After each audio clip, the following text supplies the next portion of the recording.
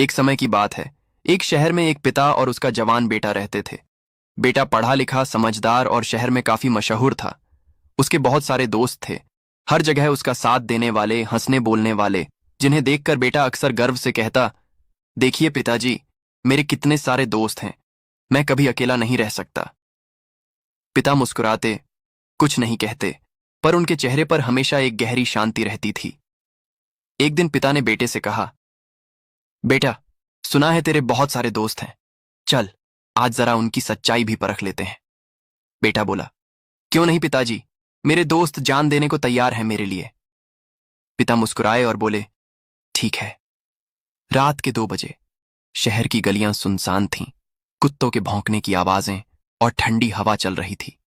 बेटा और पिता धीरे धीरे अपने दोस्त के घर पहुंचे।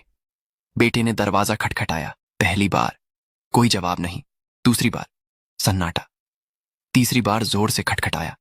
अंदर से किसी की हल्की आवाज आई, धीमे स्वर में, मित्र की आवाज। मां, कह दो मैं घर पर नहीं हूं।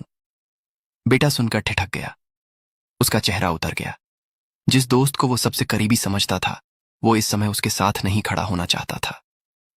पिता ने बेटे के कंधे पर हाथ रखा और बोले, चल अब मेरे दोस्त के घर चलते हैं। बेटे ने कुछ नहीं कहा, दोनों चल पड़े। पिता ने अपने मित्र के घर जाकर दरवाजा खटखटाया। अंदर से आवाज आई, ठहरो मित्र, 2 मिनट में आता हूं। दरवाजा खुला। पिता का मित्र सामने था, एक हाथ में रुपयों की थैली और दूसरे में तलवार। पिता चौंके, बोले, अरे मित्र, ये क्या है? मित्र मुस्कुराया और बोला, मित्र, अगर तुमने रात के 2 बजे मेरे घर का दरवाजा खटखटाया है तो निश्चित ही तुम किसी मुसीबत में होगे। मुसीबत 2 ही प्रकार की होती है, या तो पैसों की या किसी विवाद की।